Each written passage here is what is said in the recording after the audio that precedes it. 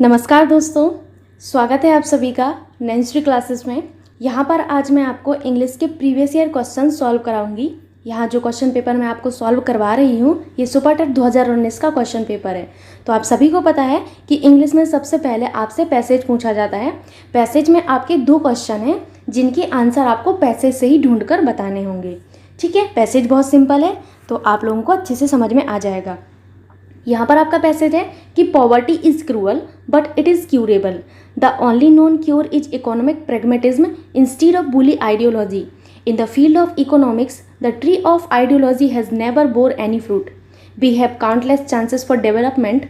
Opportunities multiply when they are seized, they die when neglected. आगे है आपका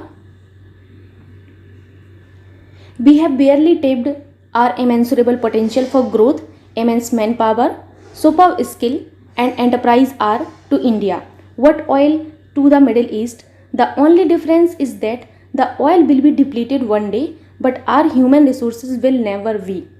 तो यहाँ पर आपका ये पैसेज था। अब आपको यहाँ पर 2 क्वेश्चन दिए गए हैं जिसमें आपका पहला क्वेश्चन है कि which of the following is the most opposite in meaning of the word deplete as used in the passage. तो लास्ट लाइन जो आपकी थी वो आप लोगों ने पढ़ी कि the only difference is that the oil will be depleted one day but our human resources will never be. ये आपका लास्ट लाइन था जिसमें आपका डिप्लीट आया है। तो आपको जो है पैसेज में जो डिप्लीट मीनिंग दिया गया है, ये डिप्लीट जो वर्ड है इसका ऑपोजिट बताना है। क्या बताना है? ऑपोजिट बताना है।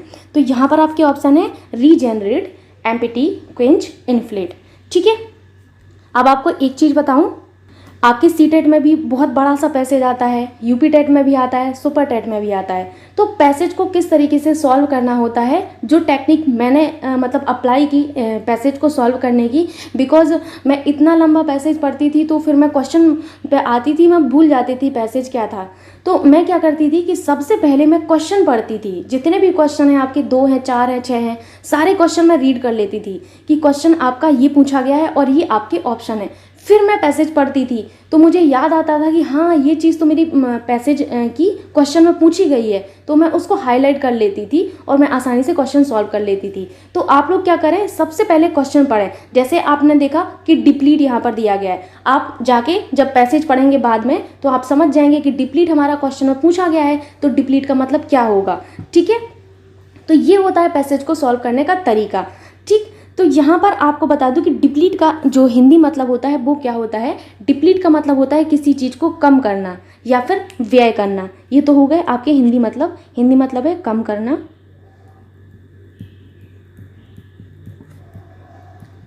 व्यय करना, और आपका एक मतलब और हो सकता है समाप्त करना। ठीक है, तो ये तो हो गए आपके हिंदी मतलब कि जो है आपका डिप्लीट का हिंदी मतलब क्या होगा। अब बात आती है डिप्लीट को आप लोग और क्या बोल सकते हैं, मतलब डिप्लीट के सिनोनिम क्या हो सकते हैं। आपका डिप्लेनेस हो सकता है। ठीक है, क्या हो सकता है? डिप्लीट का हो सकता है डिप्लेनेस।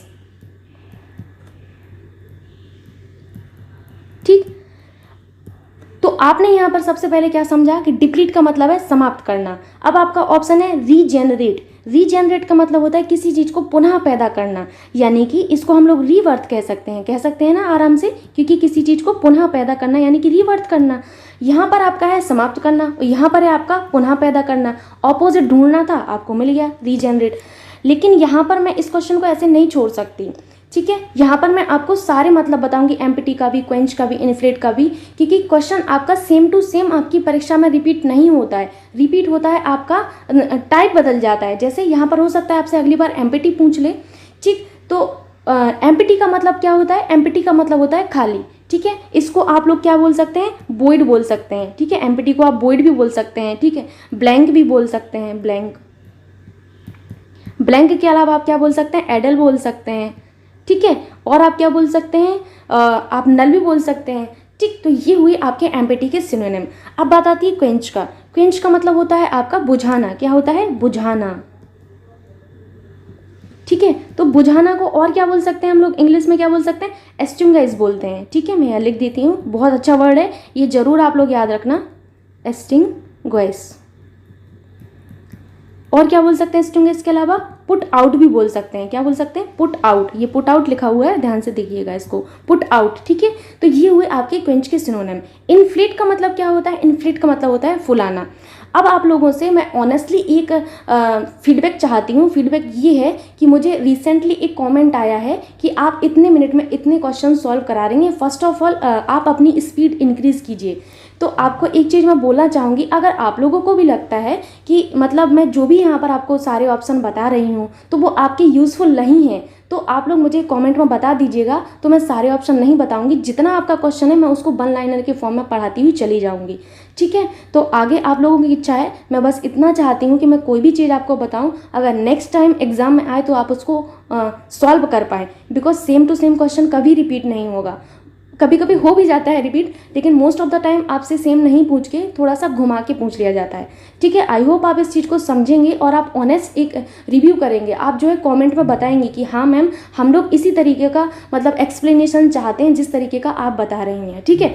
तो आगे चलते हैं नेक्स्ट क्वेश्चन की ओर। आई होप आप लोग इस चीज़ में मेरा साथ देंगे, खासकर गर्ल्स, बिकॉज गर्ल्स ने मुझे हमेशा मोटिवेट किया है इस चैनल पर। So thank you so much for girls, ठीक है। नेक्स्ट क्वेश्चन है आपसे कि according to the author ideology is the context of economics. आपसे पूछा गया है कि अकॉर्डिंग टू ऑथर के according ideology in the context of economics is the most important consideration, has rarely yielded any result, is not a fertile consideration, has proved to be a basic requirement, ठीक है। तो आपको बता दूं कि आपकी एक लाइन आई थी पैसेज में, इन द फील्ड ऑफ इकोनॉमिक्स। मैं आपको बता देती हूँ, ये देखिए आप लोग, बिल्कुल आपका लिखा हुआ है साफ साफ कि in the field of economics the tree of ideology has never bore any fruit, ठीक है। क्या लिखा है? Has never bore any fruit. अब आप लोग पैसेज पर चलिए, तो पैसेज में भी आपसे यही पूछा गया है ना कि आपका ideology in the context of economics क्या होगा? Has बेयरली yielded any result. क्या होगा? हैज़ बेयरली yielded एनी रिजल्ट, ठीक है। और कोई सा ऑप्शन आपका मैच नहीं होता है, इसीलिए क्योंकि उसमें लिखा हुआ था, साफ साफ लिखा हुआ था कि has never bore any fruit, ठीक है। तो आपसे ये पूछा गया था जो आपने जो है यहाँ पर बता दिया। अब चलते हैं नेक्स्ट क्वेश्चन की ओर। तो नेक्स्ट क्वेश्चन आपसे पूछा गया है कि fill in the blanks with the correct pronoun in the following sentence, ठीक। वन शुड लव, यहाँ पर आपसे dash dash country, his, her, own, my. जब भी आपसे कभी भी इस टाइप का क्वेश्चन आए कि आप लोग जो है करेक्ट प्रोनाउन को यहाँ पर फिल कीजिए, तो आप क्या करें, जो आपके ऑप्शन है, देखिए आपके पास इनफ टाइम होता है, बस डिपेंड करता है आप किस तरीके से मैनेज करते हैं। तो यहाँ पर आप लोग जो है हिज पहले फिल करके देखिए, तो क्या आपका आएगा? One should love his country. क्या ये आपका थोड़ा सा आपको अप्रोप्रिएट लग रहा है? बिल्कुल भी नहीं लग रहा है, तर्क संगत नहीं लग रहा है, तो हिज नहीं होगा। हर आप भर के देखिए, यहाँ पर one should love her country, बिल्कुल भी नहीं, क्योंकि यहाँ पर आपका जो वन है, इसका जो आपको पॉजेसिव केस है वो यहाँ पर आपको फिल करना होगा, ठीक है। माई भी नहीं होगा। क्यों नहीं होगा? क्योंकि आपका यहाँ पर अगर आई होता तब आपका यहाँ पर पॉसिबल था, लेकिन यहाँ पर आपका जो है आई नहीं है, यहाँ पर वन है। तो आपको यहाँ पर कुछ जो प्रोनाउन है उनके पॉजेसिव केस याद रखने होंगे, जो कि बहुत ज़्यादा इंपॉर्टेंट है। तो आप लोग ये चीज़ ज़रूर याद रखिएगा। जैसे यहाँ पर मैं लिख देती हूँ प्रोनाउन, ये आपके प्रोनाउन है, यहाँ पर मैं उनकी पॉजेसिव केस लिखूंगी, ठीक है।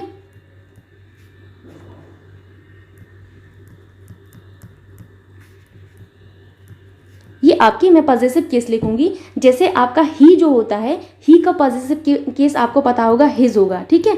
यहाँ पर फिर शी का पॉजेसिव केस आपको याद रखना है, सी का होता है हर, ठीक है। जैसे सी लव्स हर बुक्स, या फिर कुछ भी आप कह सकते हैं, ठीक। फिर नेक्स्ट होगा यू का क्या होगा? योर होगा, ठीक। और आपका दे का क्या होगा? दे का होता है आपका देयर। मोस्टली आपका जो है यहाँ पर दिया जाता है, यू का योर्स दे देते हैं। यू का योर्स नहीं होता है, यू का योर होता है, याद रखिएगा। योर्स नहीं होता है, ये चीज़ आप लोग याद रखिएगा। दे का क्या होता है? देयर होता है। बाकी आपका इट का आप लोगों को याद रखना है, इट का होता है आपका इट्स होता है, ठीक है। और आपका लास्ट है वन का होता है आपका वंस होता है। ये चीज़ बहुत इंपॉर्टेंट है, अक्सर आपसे वन का तो दिया ही जाता है, तो ये आप लोग याद रखिएगा कि वन जो होता है उसका जो पॉजेसिव केस होता है वो आपका वंस होता है, ठीक। तो यहाँ पर क्या आएगा? पॉजेसिव केस आएगा, यानी कि one should love one's country, ठीक है, उन्स कंट्री, ठीक है। यहाँ पर आप लोग देखिएगा कि आपका कोई सा ऑप्शन मैच नहीं हो रहा है, बिकॉज मेरा ऑटो करेक्ट की वजह से यहाँ पर जो है थोड़ी सी मिस्टेक हो गई थी। यहाँ पर आप लोग वंस कर लेना, ठीक है। तो one should love one's country. ठीक है, ये आपका सही ऑप्शन होगा। यहाँ पर आपको समझ में आया, आपको करेक्ट जो है पॉजेसिव केस यहाँ पर फिल करना था, तो आप लोगों ने प्रोनाउन में पढ़ा होगा। चलते हैं नेक्स्ट क्वेश्चन की ओर, जो कि है आपका कि the number of the vowel and consonant sound in English is included respectively by 22, 22, 5, 39, 10, 34 या 20, 24। तो the number of vowel and consonant sound in English is included respectively by आपका होगा 20 एंड 24। ठीक है, तो आपका फोर्थ ऑप्शन एकदम करेक्ट होगा। नेक्स्ट क्वेश्चन है आपसे कि identify the direct narration of the given sentence. ठीक, यहाँ पर आपको जो है डायरेक्ट नरेशन यहाँ पर फाउंड करना है। आपका जो है इनडायरेक्ट नरेशन आपको यहाँ पर दिया गया है कि Atul informed his friend that he could make use of his bike while he was away. ठीक, अब आपको यहाँ पर जो है यहाँ पर फाइंड करना है कि आपका कौन सा ऑप्शन एकदम करेक्ट होगा। ठीक, आप लोगों ने डायरेक्ट इनडायरेक्ट पढ़े होंगे, तो यहाँ पर आपके जो ऑप्शन है वो आप लोगों को साफ साफ दिख रहे हैं। तो यहाँ पर मैं एक चीज़ बोलूँगी, कभी भी आपका इस तरीके का क्वेश्चन आता है तो पहले आप लोग जो है ऑप्शन पर जाया करिए। ऑप्शन पर आप लोग गए तो यहाँ पर आप लोगों ने ऑप्शन में देखा, यहाँ पर क्वेश्चन मार्क दिया गया था आपके जो क्वेश्चन पेपर है उसमें, तो यहाँ पर आप लोग क्वेश्चन मार्क जरूर लगा लीजिएगा। अब आप लोग एक चीज़ बताइए कि यहाँ पर क्वेश्चन मार्क आया है, आप लोगों ने पढ़ा होगा कि जब भी आपके क्वेश्चन वर्ड वाले जो होते हैं उन क्वेश्चन वर्ड वालों में अगर आपका यस और नो वाला होता है तो आप लोग यहाँ पर कंजंक्शन के रूप में दैट ना यूज़ करके इफ़ और वेदर यूज़ करते हैं। क्या यूज़ करते हैं? इफ़ और वेदर यूज़ करते हैं। ठीक, यही यूज़ करते हैं ना, इफ़ और वेदर, लेकिन यहाँ पर इफ़ और वेदर यूज़ नहीं किया गया है। ठीक, अगर आपका यहाँ पर सी आता है, ठीक है, यहाँ पर आपका सी आता है तो आप लोग क्या करते हैं? आस्क, वंडर, इंक्वायर में बदल लेते हैं। तो यहाँ पर ऐसा कुछ भी नहीं है, यानी कि आपका फोर्थ वाला ऑप्शन बिल्कुल गलत है। तो इस तरीके से आप लोग जो है ऑप्शन से जो है इस आंसर को टिक कर सकते हैं। आप लोगों को पूरा बनाने की ज़रूरत नहीं है कि डायरेक्ट ये है, इनडायरेक्ट इसका ये होगा, ये चीज़ नहीं करनी है आपको, ऑप्शन से आपको देखनी है। अब आप लोग बताइए, यहाँ पर कुड दिया गया है, कुड यहाँ पर लिखा है ना कुड, तो आप लोगों को ये पता है कि जब आपका इनडायरेक्ट नरेशन में कुड आता है तो आपका जो डायरेक्ट नरेशन है उसमें क्या आएगा? उसमें आपका क्या आएगा? कैन हो सकता है। क्या यहाँ पर बिल हो सकता है? बिल्कुल भी नहीं हो सकता है। ठीक, और यहाँ पर अगला वाला तो बिल्कुल भी नहीं हो सकता, क्योंकि यहाँ पर आपका जो सेंटेंस है वो बिल्कुल भी तर्क संगत नहीं है। थर्ड वाले में आप देखिए कि आपका कुड जो होता है, कुड कब होता है? कैन होता है, तब जाकर आपका जो है कुड होता है। ये चीज़ आप लोगों को याद रखना है। यानी कि जब आपके डायरेक्ट नरेशन में कैन होता है तब आपका जो इनडायरेक्ट नरेशन है उसमें कुड आता है। तो आप लोग साफ साफ देख सकते हैं कि कैन सिर्फ और सिर्फ आपके थर्ड ऑप्शन में। मैं चाहती तो सिर्फ आपको यही बता देती, लेकिन मैं आपको सारे ऑप्शन लेके चलती हूँ ताकि आपको कोई प्रॉब्लम ना हो। तो यहाँ पर आप लोग ये चीज़ समझ गए होंगे कि जब आपके डायरेक्ट नरेशन में आपका जो है कैन आता है तब आपका इनडायरेक्ट नरेशन में कुड आता है। तो आपके सारे ऑप्शन रिजेक्ट आप लोग आसानी से कर सकते हैं, बिकॉज पहले में बिल है, दूसरे में कुछ है ही नहीं, तीसरे में कैन है, और आपका फोर्थ वाला जो है इसमें क्वेश्चन मार्क है। तो यहाँ पर आप लोग इसको समझ गए होंगे। अब चलते हैं नेक्स्ट क्वेश्चन की ओर। क्वेश्चन है आपसे कि identify the parts of speech of the underline word in the following sentence. He is intelligent enough to solve this sum. आपका जो ये इनफ है ये आपका क्या है? एडवर्ब है, एडजेक्टिव है, प्रीपोजिशन है या फिर नाउन है। अब यहाँ पर आप लोगों को मैं बहुत इंपॉर्टेंट चीज़ बताने जा रही हूँ, बिकॉज इनफ के बारे में बहुत ही कम लोगों को पता होता है। ये बहुत इंपॉर्टेंट है। इनफ जो है आपका एक एडवर्ब की तरह भी यूज़ होता है और एक एडजेक्टिव की तरह भी यूज़ होता है। बस आपको पहचानना है कि आपका जो गिवन सेंटेंस है उसमें आपका जो इनफ है वो एडवर्ब है या फिर आपका एडजेक्टिव है। ठीक है, आई होप इस चीज़ को आप समझ रहे होंगे मैं क्या कह रही हूँ। मैंने ये कहा कि इनफ जो है वो आपका एडवर्ब भी होता है एंड एडजेक्टिव भी होता है। ठीक है, लेकिन आपको ये पहचानना होगा कि इनफ जो है आपका जो गिवन सेंटेंस है उसमें किस तरीके से कार्य कर रहा है। तो ये मैं आपको अच्छे से समझाऊंगी, आप 1 मिनट में सीख जाएंगे। जो आपका इनफ है, मैं यहाँ पर लिख देती हूँ इनफ। ये जो इनफ है, एक तो आपका एडवर्ब की तरह, मैंने बताया कि एडवर्ब की तरह यूज़ होता है। इसका दूसरा यूज़ होता है एडजेक्टिव की तरह। ठीक है, जब ये एडवर्ब की तरह यूज़ होता है तो ये आपका एडवर्ब ऑफ क्वांटिटी की तरह यूज़ होता है, मतलब ये क्वांटिटी बताता है, यानी कि ये क्या है? एडवर्ब ऑफ क्वांटिटी है। जब आपका एडवर्ब की तरह यूज़ होता है तो यह एडजेक्टिव और एडवर्ब के बाद आता है जिसकी ये विशेषता बताता है। मैंने क्या कहा, ध्यान से सुनिएगा और यहाँ पर आप लोग इसको लिखिएगा इसी तरीके से जिस तरीके से मैं बोल रही हूँ कि जब यह आपका एडवर्ब की तरह यूज़ होता है तब यह एडजेक्टिव या एडवर्ब के बाद आता है जिसकी विशेषता ये बताता है, यानी कि ये आपका जब एडवर्ब की तरह यूज होगा तब आपका ये उस एडजेक्टिव और एडवर्ब के बाद में आएगा। कहाँ पर आएगा? बाद में आएगा। मतलब यहाँ पर आपका एडजेक्टिव होगा या फिर आपका एडवर्ब होगा या फिर आपके दोनों हो सकते हैं, या फिर सबसे बाद में आपका क्या आएगा? सबसे बाद में आपका इनफ आता है। क्या आता है? इनफ आता है। ठीक है, ये चीज़ आप लोग समझ गए। यानी कि जब आपका एडवर्ब की तरह यूज होगा तो इनफ कब आएगा? बाद में आएगा। किसके? एडवर्ब के या फिर एडजेक्टिव के। आई होप इस चीज़ को आप समझ गए होंगे। दूसरा है आपका एडजेक्टिव।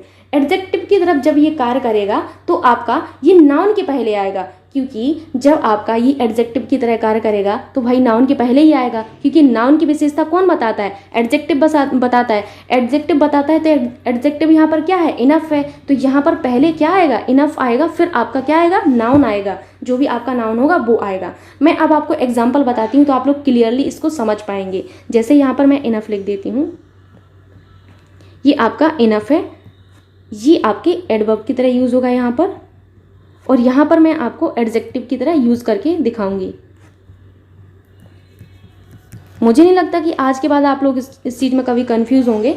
ठीक, जब ये आपका एडवर्ब की तरह आएगा तो मैंने क्या कहा कि ये आपका जो है एडजेक्टिव और एडवर्ब के बाद में आएगा। तो इसको किस तरीके से लिखेंगे? एग्जाम्पल क्या हो सकता है? जैसे kind enough. Kind enough, kind enough. Kind क्या है? काइंड आपका एक तरीके का एडजेक्टिव है। एडजेक्टिव है ना, क्योंकि काइंड आपका क्या है? विशेषता बताएगा। तो आपका काइंड क्या है? एडजेक्टिव है। एडजेक्टिव है, एडजेक्टिव के बाद आएगा इनफ। तो ये हुआ आपका एडवर्ब की तरह यूज आपके इनफ का।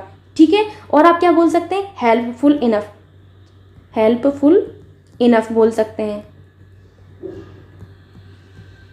ठीक, यहाँ पर आपका हेल्पफुल क्या है? ये भी आपका एक एडजेक्टिव है। इनफ क्या है आपका? यहाँ पर एडवर्ब हुआ।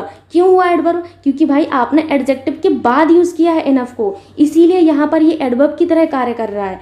आपका हेल्पफुल क्या है? एडजेक्टिव है। एडजेक्टिव के बाद आपने इनफ को यूज किया है, तो यहाँ पर क्या हुआ? ये एडवर्ब की तरह कार्य किया। आई होप आप इस चीज को समझ गए होंगे। एक और मैं एग्जाम्पल बताती हूँ आपको। जैसे आपका लिखा है फास्ट इनफ।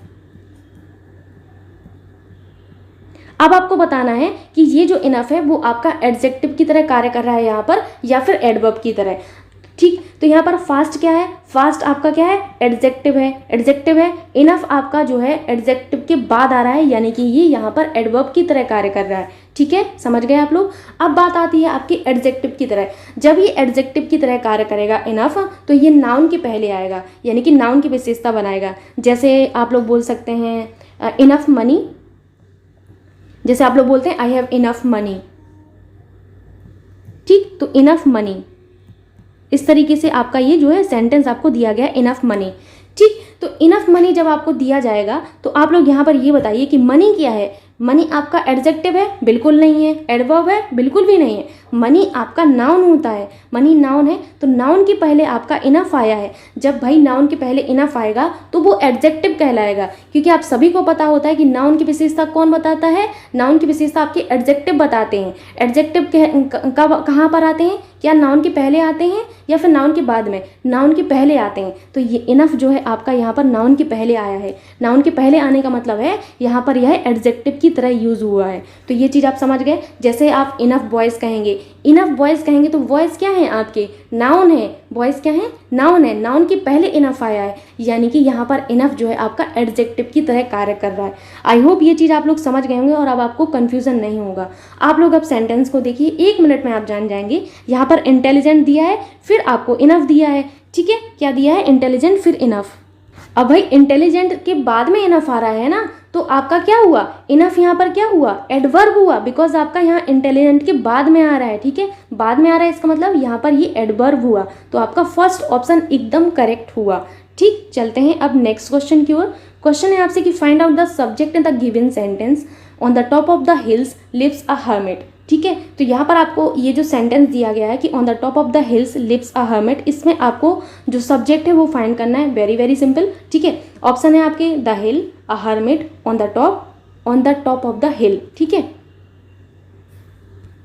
तो इसका मतलब क्या हुआ कि on the top of the hills lives a hermit, इसका मतलब हुआ पहाड़ी की चोटी पर एक साधु रहता है। ठीक है, एस लगा हुआ है, यानी कि ता ती ते, यानी कि पहाड़ी की चोटी पर एक साधु रहता है। आपको इसमें फाइंड करना है कि आपका जो है सब्जेक्ट क्या होगा। जब कभी भी आपको समझ में ना आए आप इसको हिंदी में ट्रांसलेट करिए। हिंदी में ट्रांसलेट किया आपने पहाड़ी की चोटी पर, मैं यहाँ पर लिख देती हूँ,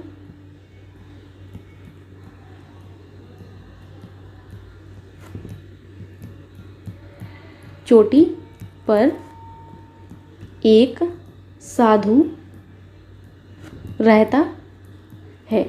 ठीक, ये हुआ इसका हिंदी में मतलब। अब आप लोग इसमें आसानी से छाट सकते हैं कि आपका सब्जेक्ट क्या हुआ। तो सब्जेक्ट क्या है यहाँ पर, कार्य कौन का, एक साधु।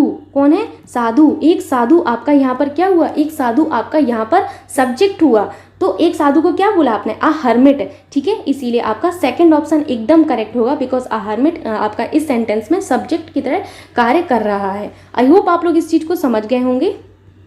अब चलते हैं नेक्स्ट क्वेश्चन की ओर। क्वेश्चन है आपसे कि in the following sentence change the verb to the past tense. आपको जो वर्ब है उसको पास्ट टेंस में चेंज करना है। She hides her face for shame. Shame का मतलब क्या होता है, ये जो सेम है ये ऐसे नहीं होता है, ये सेम का मतलब तो समान हो गया। यहाँ पर SHAM होगा, SHAME, ये होता है आपका शेम। इसका मतलब होता है आपका शर्म।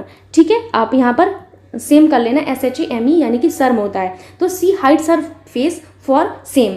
तो यहाँ पर आपको वर्ब क्या दिख रही है, वर्ब आपको हाइड्स दिख रही है, हाइड्स ही है ना वर्ब। तो यहाँ पर आपको ये जो वर्ब दिख रही है ना, इसको पास्ट टेंस में चेंज करना है। तो आपका क्या होगा, हिडन होगा, हाइड होगा, हिड होगा या फिर हाइडेड होगा। ठीक, आपको यहाँ पर बताना है कि पास्ट टेंस में इसका क्या होगा। तो पास्ट में जो होता है ये हिड होता है। क्या होता है, हिड होता है, यानी कि थर्ड आपका ऑप्शन एकदम करेक्ट होगा। चलते हैं नेक्स्ट क्वेश्चन की ओर। क्वेश्चन है आपका कि identify the type of the sentence given below, how well she sings. Option हैं आपके डिक्लेरेटिव, इम्पेरेटिव, इंटेरोगेटिव या फिर एक्सक्लेमेटरी। ठीक है, आपको बताना है कि तो यहाँ पर आपका नेक्स्ट क्वेश्चन है कि which of the following sentence is correct. He is an European citizen and 1 rupee note is rare to find. I donated an unit of blood and FIR was lodge against him. ठीक है, तो यहाँ पर आप लोगों को article से related प्रश्न है जो कि सिंपल है। और एक चीज़ मैं आपको बोलना चाहूँगी, यदि आपको आर्टिकल से रिलेटेड प्रॉब्लम है तो अब नहीं होगी, बिकॉज आप नैन्सी क्लासेस पर आए हैं। ठीक, तो यहाँ पर मैं आपको ए और एन आर्टिकल के बारे में बताऊँगी। जो ए और एन आर्टिकल हैं ये बेसिकली आपके यहाँ पर इसी से रिलेटेड आपका प्रश्न है, इसीलिए। ठीक है, ए जो होता है, ए आर्टिकल का प्रयोग आप बेसिकली कब करते हैं, जब आपके शब्द कॉन्सोनेंट साउंड से शुरू होते हैं। किससे शुरू होते हैं, कॉन्सोनेंट से। कॉन्सोनेंट का मतलब क्या होता है, कॉन्सोनेंट का मतलब होता है आपका व्यंजन। ठीक है, क्या होता है, व्यंजन होता है। और आपका एन का प्रयोग आप कब करेंगे, एन का प्रयोग आप तब करेंगे जब आपका शब्द जो है वॉवेल साउंड से शुरू होता है। किससे, वॉवेल साउंड से शुरू होता है, तब आप जो है उसके पहले एन का प्रयोग करेंगे। दो चीज़ें आपने समझी, पहला ई का प्रयोग कॉन्सोनेंट साउंड के पहले करेंगे, दूसरा एन का प्रयोग वॉवेल साउंड के पहले करेंगे। ठीक, अब आप लोग कैसे पहचानेंगे कि आपका कॉन्सोनेंट साउंड है या वह वॉवेल साउंड है। आप लोगों को यहाँ पर हिंदी की वर्णमाला याद रखनी है। हिंदी की वर्णमाला में आप लोगों ने स्वर और व्यंजन पढ़े होंगे, पढ़े हैं ना, बिल्कुल पढ़े होंगे। तो हिंदी की वर्णमाला में आपके स्वर कितने होते हैं, 11 होते हैं। कितने होते हैं, 11 स्वर होते हैं। कौन कौन से होते हैं, छोटा आ, बड़ा आ, छोटी ई, बड़ी ई, छोटा ऊ, बड़ा ऊ, री, यही होते हैं ना। ए, ऐ और ओ, और क्या होता है आपका, आ होता है। ये आपके होते हैं हिंदी की वर्णमाला में स्वर, जो कि आपके कितने होते हैं, 11 स्वर होते हैं। कितने होते हैं, टोटल 11 स्वर होते हैं आपकी हिंदी की वर्णमाला में। ठीक, इन्हीं को आपको याद रखना है। अब आपको जो है किस तरीके से फाइंड करना है कि आपका जो शब्द है वो कॉन्सोनेंट साउंड से शुरू हो रहा है फिर वॉवेल साउंड से, ये मैं आपको सिखाऊंगी। जैसे आप लोग एग्जाम्पल लीजिए पेन का। ठीक है, पेन, पेन को आप लोग हिंदी में कैसे लिखेंगे, पेन, इस तरीके से लिखेंगे ना, पेन। पेन आपका जो है पा से शुरू हुआ है। पा आपका हिंदी की वर्णमाला में क्या है, स्वर है या फिर आपका स्वर है या फिर आपका वॉवेल है। तो यहाँ पर आप लोग समझ रहे होंगे कि स्वर तो यहाँ पर मैम ने लिख दिए हैं, तो ये ओबियसली आपका क्या हुआ, व्यंजन हुआ। पा आपका व्यंजन है हिंदी की वर्णमाला में, तो इसके पहले क्या लगाएंगे हम, कॉन्सोनेंट साउंड है, कॉन्सोनेंट साउंड के पहले क्या लगाते हैं, ई लगाते हैं, इसीलिए पेन के पहले ई लगेगा। ठीक है, अगर आपका ऑरेंज दिया गया है, मान के चलिए कि हमने यहाँ पर ऑरेंज ऑप्शन दिया है। ठीक है, क्या दिया है, ऑरेंज लिखा हुआ है। ठीक, आप लोग जब ऑरेंज को लिखेंगे तो क्या आएगा, आपका आ आएगा। क्या आएगा, आ आएगा। ठीक है, तो आपका क्या है, आ क्या है, हिंदी की वर्णमाला में आ आपका स्वर है, इसीलिए ऑरेंज के पहले आप क्या लगाएंगे, स्वरों के पहले क्या लगाते हैं, एन लगाते हैं, क्या लगाते हैं, एन लगाते हैं, इसलिए एन ऑरेंज होगा। एलिफेंट, आप लोग एलिफेंट जब लिखेंगे ELEPHANT, एलिफेंट जब आप लिखेंगे तो किस तरीके से लिखेंगे, एलिफेंट, इसी तरीके से लिखेंगे ना एलिफेंट को। तो ये कैसे लिखा आपने, ये से लिखा है, ये आपका क्या है, ये जो है आपका क्या है, हिंदी की वर्णमाला में ये आपका जो है स्वर होता है, स्वरों के पहले हम लोग एन लगाते हैं, तो एन एलिफेंट होगा। अब मैं आपको एक और एग्जांपल देती हूँ। मान के चलिए आप लोगों को बॉक्स दिया गया है, अब बॉक्स के पहले ए आएगा या फिर एन आएगा, अब आपको बताना है। बॉक्स को आप लोग कैसे लिखेंगे, इस तरीके से लिखा जाता है बॉक्स को। ये जो आपका वाह होता है, ये वाह, ये क्या है, हिंदी की वर्णमाला में ये व्यंजन होता है, यानी कि आपका ये कॉन्सोनेंट होता है, जिस वजह से बॉक्स के पहले ए आएगा, यानी कि ए बॉक्स होगा, क्या होगा, ए बॉक्स होगा। आई होप ये चीज़ समझे होंगे। अब आपको एक और मैं एग्जांपल सेट करके बताती हूँ। जैसे आप टेबल मान के चलिए, ठीक है, टेबल, ये आपका टेबल है, टेबल को किस तरीके से लिखेंगे, टेबल इस तरीके से लिखेंगे। ये टा जो है आपका, टा हिंदी की वर्णमाला में क्या है, ये टा जो होता है ना, हिंदी की वर्णमाला में व्यंजन होता है, क्योंकि स्वर तो मैं आपको बता चुकी हूँ जो 11 है। ये टा व्यंजन है, तो भाई अब व्यंजन है, कॉन्सोनेंट है, तो इसके पहले क्या आएगा, इसके पहले ए आएगा, यानी कि ए टेबल होगा, ना कि एन टेबल। समझे आप लोग। तो अब आप लोगों को यहाँ पर ऑप्शन देखना है। ऑप्शन में पहला है कि he is an European citizen. European को आप लोग हिंदी में लिखिए यूरोपियन, इसी तरीके से लिखेंगे ना यूरोपियन। तो यहाँ पर क्या आया, या आया है, या जो है हिंदी की वर्णमाला में क्या है, ये व्यंजन है, कॉन्सोनेंट है। कॉन्सोनेंट के पहले मैंने क्या बताया, कॉन्सोनेंट के पहले ए लगना है। आपका ये वाला ऑप्शन बिल्कुल गलत हो गया, बिकॉज यहाँ पर एन लगा हुआ है। सेकंड ऑप्शन पर जाइए, सेकंड ऑप्शन है एन 1 रुपी। 1 को कैसे लिखेंगे, 1 इसी तरीके से लिखेंगे ना। ये वाह क्या है, ये आपका वाह हिंदी की वर्णमाला में व्यंजन होता है भाई, व्यंजन होता है। व्यंजन के पहले क्या लगाएंगे, ई लगाएंगे, ना कि एन। तो आपका सेकंड ऑप्शन भी एकदम इनकरेक्ट होगा, ये भी गलत हुआ। थर्ड ऑप्शन है I donated an unit of blood. An unit, unit को कैसे लिखेंगे, यूनिट, या से शुरू हुआ, या आपकी हिंदी की वर्णमाला में क्या होता है, ये व्यंजन होता है। व्यंजन होता है तो हम लोग इसके पहले ई लगाएंगे, ना कि एन। ठीक है, तो थर्ड ऑप्शन भी बिल्कुल गलत हुआ। अगला है आपका NFIR। FIR आप कैसे लिखेंगे, FIR ऐसे लिखेंगे ना FIR को। ठीक है, तो आपका किससे शुरू हुआ, ए से शुरू हुआ। ए क्या है, हिंदी की वर्णमाला ए जो होता है आपका वोवेल होता है, यानी कि स्वर होता है। स्वर है तो भाई इसके पहले क्या लगाएंगे, एन लगाएंगे, तो ये आपका बिल्कुल करेक्ट हुआ। आप समझ गए ये चीज़, ठीक। आई होप ये सारी चीज़ें आप लोगों को समझ में आई होंगी। एंड फेवर जो आपसे मैंने बोला था कि एक फेवर आप लोग थोड़ा सा कर दीजिए मेरा, कि आप लोग कमेंट में मुझे बता दीजिएगा कि क्या मेरे इतने एक्सप्लेनेशन करने से आप लोगों को ये जो नॉलेज मैं दे रही हूँ वो आपको मतलब ठीक नहीं लग रही है। तो आप लोग इसको कमेंट में बताइएगा। यदि आपको ठीक लग रहा है तो भी आप लोग कमेंट में ज़रूर बताइएगा कि मैम हमें ये चीज़ अच्छी लग रही है कि आप सारे ऑप्शन मुझे समझा रहे हैं, और भी जो चीज़ें हैं वो 1 लाइनर की तरह आप सॉल्व बना करा के सारी चीज़ें मुझे बता रहे हैं। सो लड़कियों से बेसिकली मुझे ज़्यादा उम्मीद है, बिकॉज बहुत सपोर्ट करते हैं, और बॉयज़ से भी है, ऐसी बात नहीं है। सो थैंक यू सो मच इतना सपोर्ट करने के लिए, एंड थैंक यू। बने रहिए नैंसर क्लासेस पर। थैंक यू, मिलते हैं अगले वीडियो में।